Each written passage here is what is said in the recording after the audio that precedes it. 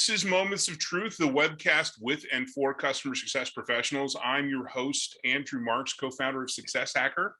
Today, I'm joined by Michael Harnum. Michael currently serves as the CEO of ESG, a provider of customer success as a service. Previous to joining ESG, he spent 5 years at ServiceSource, a provider of expert managed services for B2B companies. As executive vice president of their Denver sales and service center, Michael held overall leadership responsibility for over 700 employees and direct ownership of more than $2.5 billion in sales. Prior to ServiceSource, Michael spent 13 years at CenturyLink in various leadership roles and began his career at MCI. Michael holds a bachelor from Princeton and played as a guard on their Division I basketball team. Michael, welcome to the program, and thanks for making time for me today. Andrew, I appreciate that intro, and I know we've been trying to put this together for a while, so really excited to be able to do it today, although that does make me feel a little old when you run through my history like that. Yeah, well, yeah, it makes me feel old too, because I was right there with you, right around the same time. So I was reading that you were one of the first Princeton players that made a three-pointer in the first game of the '86 season when the three-point rule first went into effect. That is correct. That was, maybe a day or so after they stopped playing in peach baskets. And so to date myself, it is true that I played 4 years of college basketball, 2, believe it or not, without the three-point line, and then 2 with the three-point line. And I remember the day, I remember the basket, I remember the location when we found out that the shots that we were making that were only counting for 2 was counting for 3. And the coach walked out on the court and said, "You're getting 3 for that now." And I'm like, "What do you mean?" And it was an instant 50% increase in productivity based on that innovation. So yeah, it was a lot of fun. Love that. You've been on the bleeding edge of innovation since college, apparently. That's correct, but also the peak of my powers was a mediocre Ivy League basketball player. So for what it's worth. Hey, we all got to be remembered for something, right? That's right. Mine was a short stint in stand-up comedy, because it's quite relevant to the discussion. I want to start talking more about your company and what you guys offer. Yeah, so we are the customer success as a service company. We've got that trademarked for what it's worth. And what that means is we offer outsourced customer success services to technology clients and a growing roster of those clients. And that has a couple service offerings under it, Andrew. So we can come in and help on the front end with the formation of a customer success practice by doing things like a proprietary maturity assessment. We can do building out a customer success plan, which is a longer term 18 to 24 month type engagement. We're actually doing a lot of the toolkit work, like segmenting your customers for you. We're integrating data into a system. We're building a health index. We are building playbooks. We're documenting processes. So really forming the core of that customer success practice. But then we also can help you execute that by providing virtual customer success managers to extend your reach into your customer base. So all of the comments I'll make today and all of the feedback that I'll provide is based upon an interesting perch that we have in the marketplace, because we operate inside the customer success organizations of dozens of really large, really innovative, really progressive companies. And so we share that insight in forums like this. Awesome. Thank you. And we appreciate you making time and providing that. I mean, I think people are going to be really interested to hear about this. At one point we were looking at customer success as a service ourselves on the consulting side. And then we said, wait a minute, we want to be a trading provider. So let's just stick to that. I don't want to go too far down this. So, but I'm glad somebody's out there doing that sort of thing. Yeah. Purity of purpose matters for both of us. Very much so. So the evolution of your customer success team, and I experienced this all over the board when I was doing consulting myself. The evolution of your customer success team isn't about using technology as a silver bullet. I was just talking to a cohort yesterday, my summer cohort, and I said, you can't use technology as a silver bullet. That doesn't solve the problem. Don't over index on that. Technology is an enabler, right? The application of technology along with process and new insights gleaned from data-driven decision making isn't enough either, right? The glue that binds this all together and really generates results are the people, right? And I was saying this to them as part of, really helping them feel excited about the role that they have, right? If companies really want to evolve their customer success experience and deliver the outcomes their customers are expecting, they need to be investing in their people.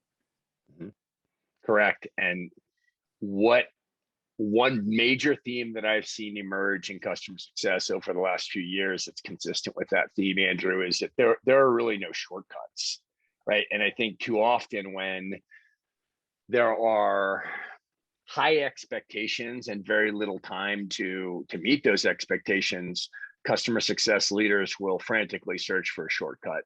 And I do think technology has been positioned as a potential shortcut.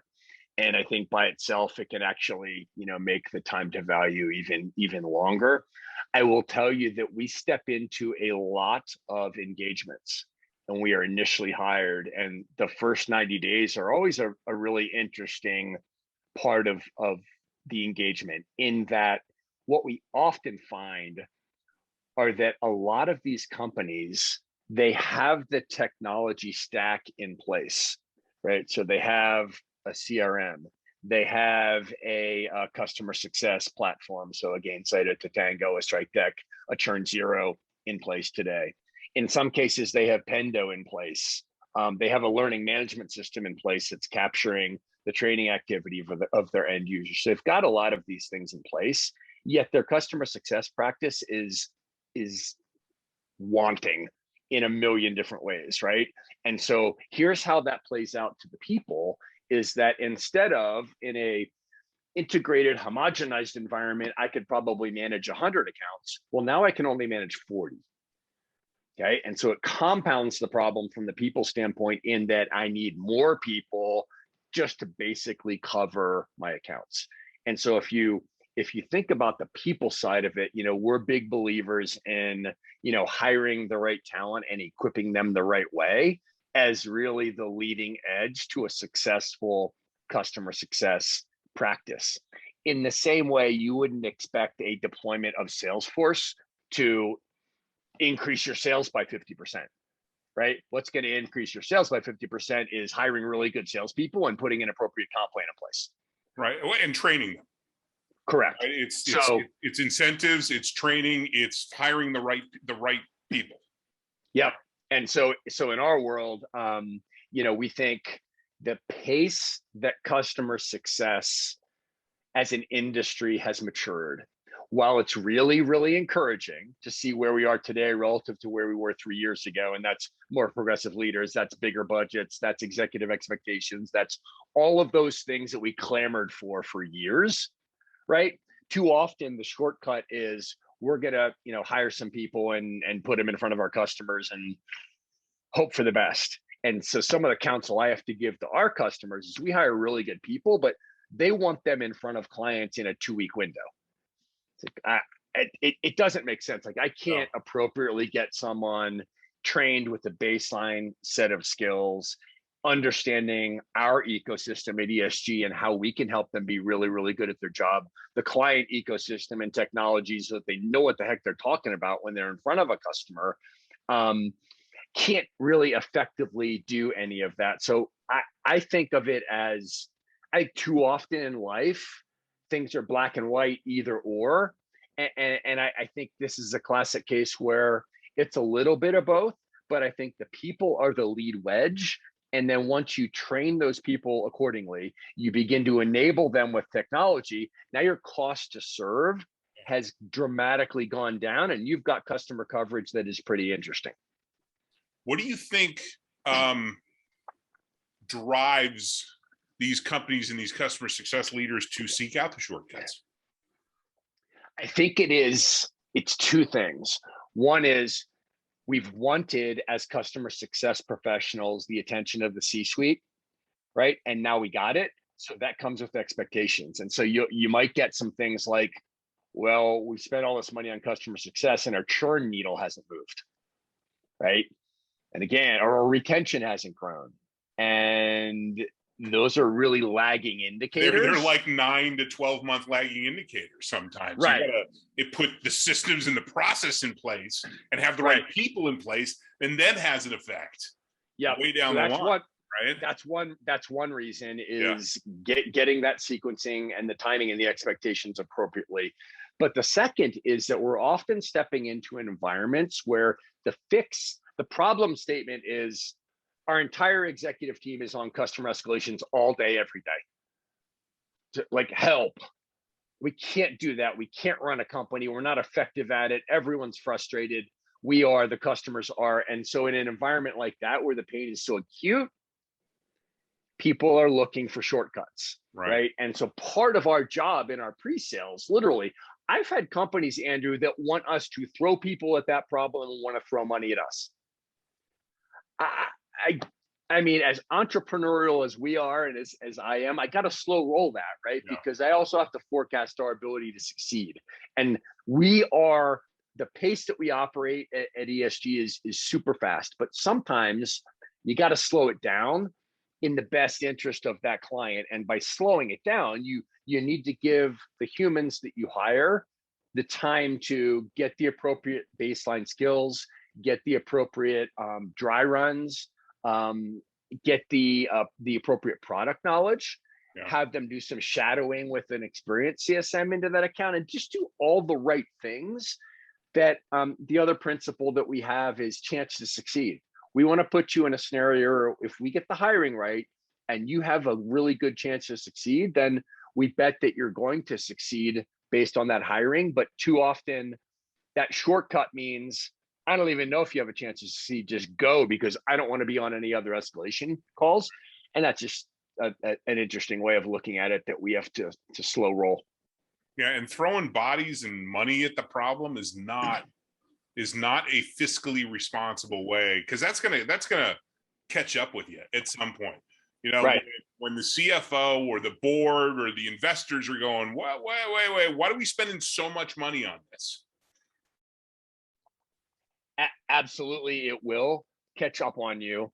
But sometimes the pain is so acute that you have to do it. But on the other side of it, we've got to begin to layer in some of the training capabilities and the programmatic capabilities, because there's also a digital play here where if you are able to automate some of the functions through technology that are done by humans today, again, it's not either or. It's not digital or human. It's human enabled by digital, and that enables. That's how you get from handling 40 accounts to handling 100 accounts. Yeah, and whether you're leveraging your team or you've got your own team internally, we always need to be looking for ways in which we can automate things so we can free up time for these individuals, to not be doing the repetitive, generic tasks.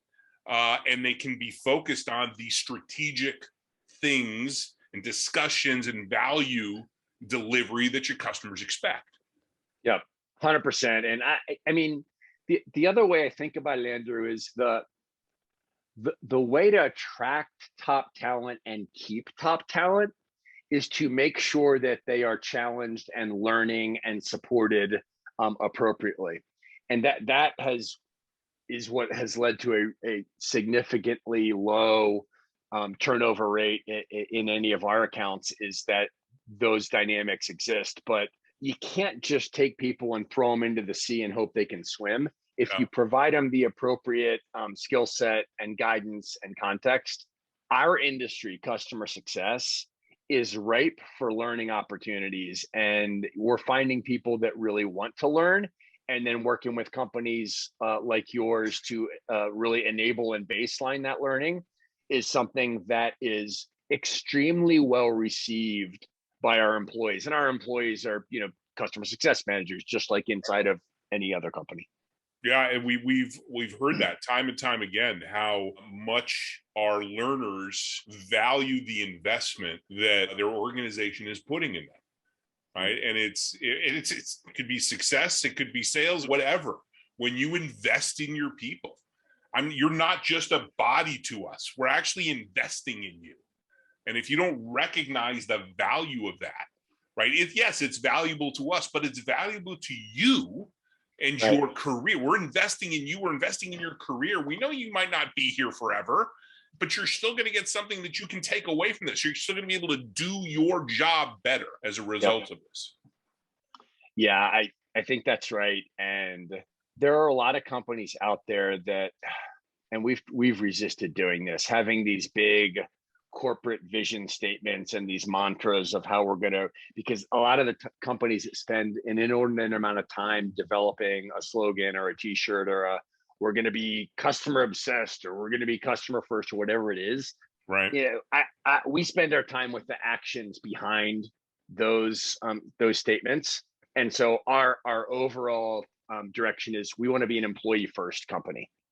It sounds odd because everyone is always saying customer first. I think being employee first is a half step upstream from, and it's kind of a 1A, 1B thing, right? But if you hire really good people and you train them accordingly and you treat them with common courtesy and mutual respect, guess what they're going to do? It's going to flow right down to the customers. World-class care of your customers. Now, again, that's easy for me to come on a podcast and run my mouth and say, right?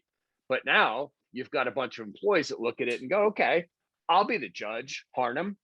I'll be the judge. Right. I'm going to look at, what are you doing from an employee program standpoint that is an investment in me, that is making my life easier, that is giving me a development path forward, and how are you contributing to my overall professional and personal development, right? And so we've made a lot of investment in those areas in the last 2 years at ESG, and I would just encourage other leaders to honestly assess through the eyes of your employees, if that's your intention too, like, how are you doing there? And where are the gaps? And what can you reasonably do to close the gaps? I think part of the message is acknowledging that there are some gaps that we're not going to close this year.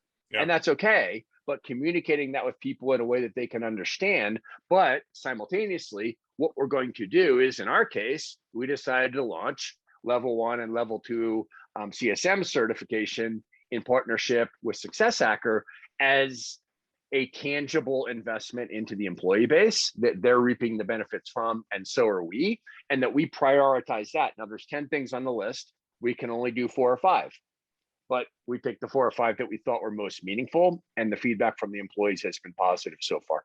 Yeah, that's awesome. That's awesome. As a matter of fact, one of your new hires, she had taken the level 1 certification, and she said, yeah, in the interview process, they were all excited that I was already level 1 certified. Yeah. So that was I love hearing that. Yeah, she's terrific. We're happy to have her on the team and spend some time with her this week, and we're plugging her into a live engagement starting next week. So awesome. Good things to come.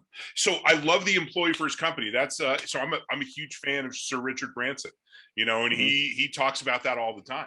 It's like, no, my customers are not number 1. My people are number 1, because if I treat my people well and I give them opportunities, and all of that flows down. I also think the contrary is true. If you're constantly saying customers first, customer first, customer first, like, you're communicating to your employees. Yeah, that my customers. You may not realize it. Yeah. Right. Yeah. And that may not be your intention, but understand that is what your employees are hearing over and over again. Well, and I've seen the negative side of that. I see customer first. We've got a fire. I need you to work for the next 12 hours to fix that. And then not doing the appropriate due diligence to determine the root cause of that fire.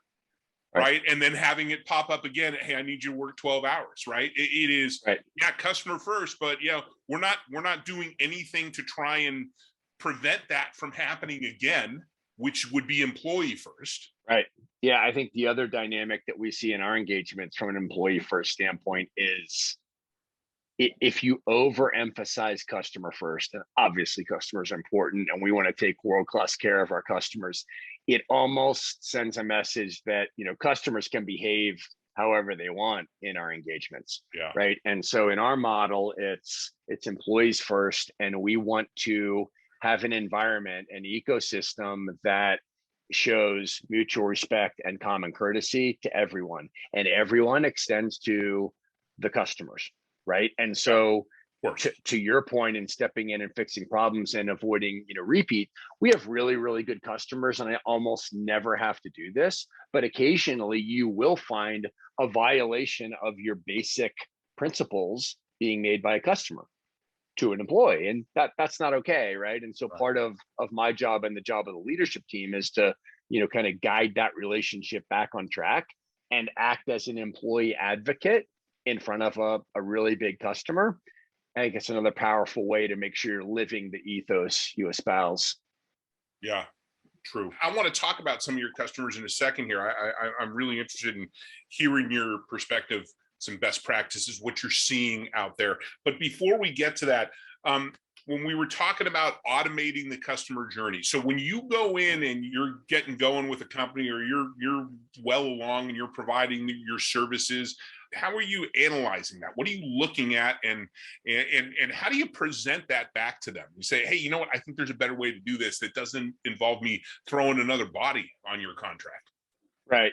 Yeah, and so it requires the discipline of the sequence of our services. So that maturity assessment that we do, it's about a 30-day engagement, Andrew, and it measures your maturity across 17 relevant customer success dimensions and benchmarks you against your peer set. So just for two quick examples, like dimension one is, do you segment your customers?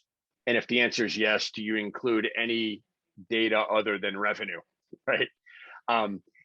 Dimension 17 is, have you monetized customer success, right? So those two fence posts are pretty far apart, and then there's 15 in between. So we measure that, and that gives us a readout that is kind of a gap analysis. So this conversation with the customer starts out with, here's how you rank empirically against your peer set, and as a result, we would recommend that you prioritize the following things first for maximum impact.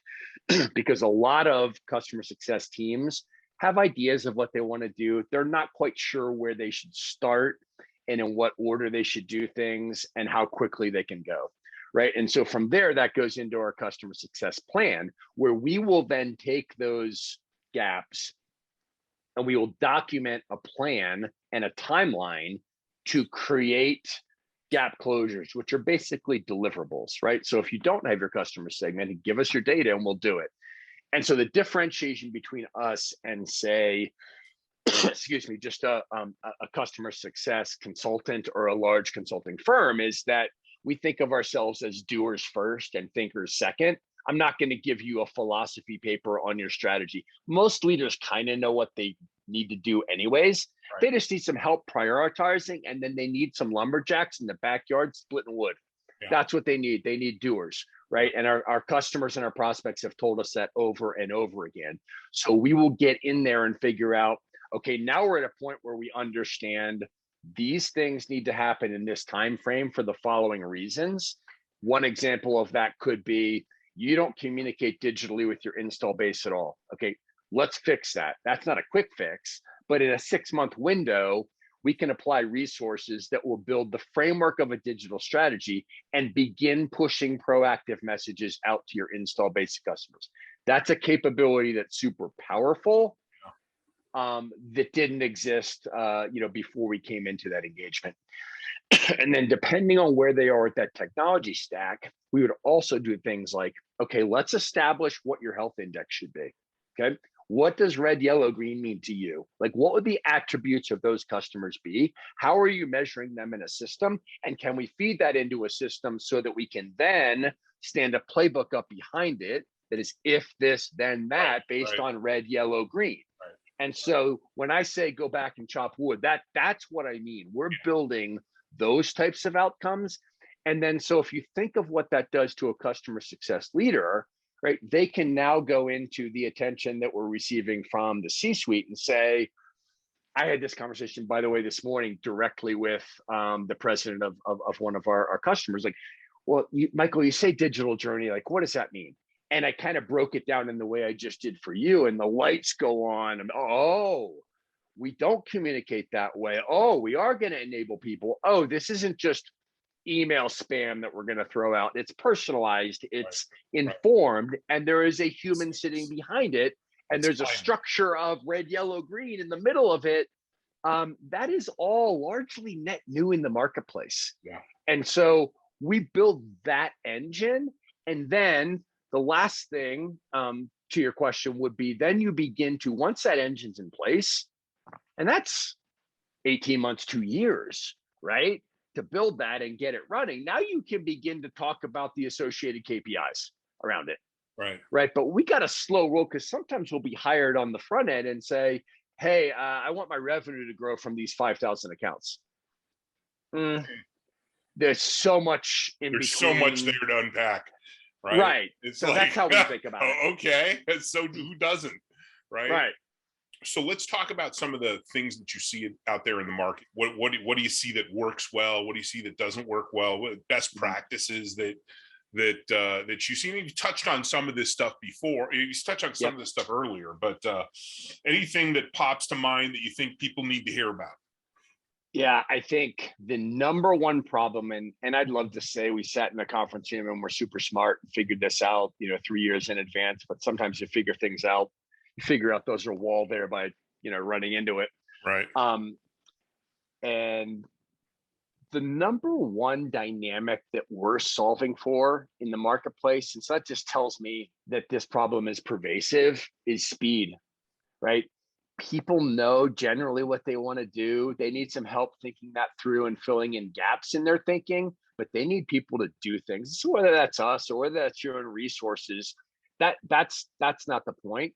But the point is the capabilities that we're talking about for, minimum viable customer success practice. Yeah. That needs to be stood up really, really quickly, because the other dynamic that we haven't touched on, Andrew, is this is not a static environment. The problems get bigger every single day, because guess what the sales team's doing? Throwing more customers into Gainsight. Like there's new deals coming in, and the hotter your platform, the hotter your offering, the faster that problem is growing. And so the urgency that I sense in the customer success marketplace is, let's get this foundation built so that we can handle the problems of today and position ourselves to anticipate the problems of tomorrow. And so I would just, my encouragement, my challenge, however you want to phrase it, would be understanding that you've got to get from point A to point B in about half the time that you think. How do you do that? And again, that doesn't have to include us, but that is the developing expectation in customer success, is that you're going to have a basic customer success practice in place really quickly. And that's creating a lot of angst inside of the organization. I got one other thing that I've seen repeatedly that is an interesting way to start. Because if you're a customer success leader in a really big company, what I said just may not be possible. I can't go from 0 to 60 inside a $20 billion global enterprise. So where do I start? And so we've been hired recently by some large industrial premise-based technology companies, right? The old school guys. And what we've decided to do is all of these companies have some type of SaaS offering. It could be unified communications, it could be something else, but the SaaS offering is low from a revenue standpoint and a profit standpoint today, but highly strategic. If you happen to have that opportunity inside your company, that is really fertile ground to start to think about how to stand up a customer success practice. Because it's small, it's manageable, you might have 500 or 600 customers in there, and there are a lot of eyes on it, so you can command a lot of resources because it is a strategically relevant offering. But you start small and you go fast, right? And then you take that practice that you've built and you pick it up and you begin to apply it to bigger areas of your business. So chunking it out that way is one of the things that we see in almost every one of our engagements has been a successful strategy. right before Todd and I launched Success Hacker, I landed a client and they were doing that very thing. They were planning on acquiring a company, acquiring a SaaS company, traditional on-prem, but they had, strategic plans was, 12 to 18 months from now, we will have acquired a SaaS company. We don't expect it to have a material impact on our revenue, but we know that's the direction we need to go.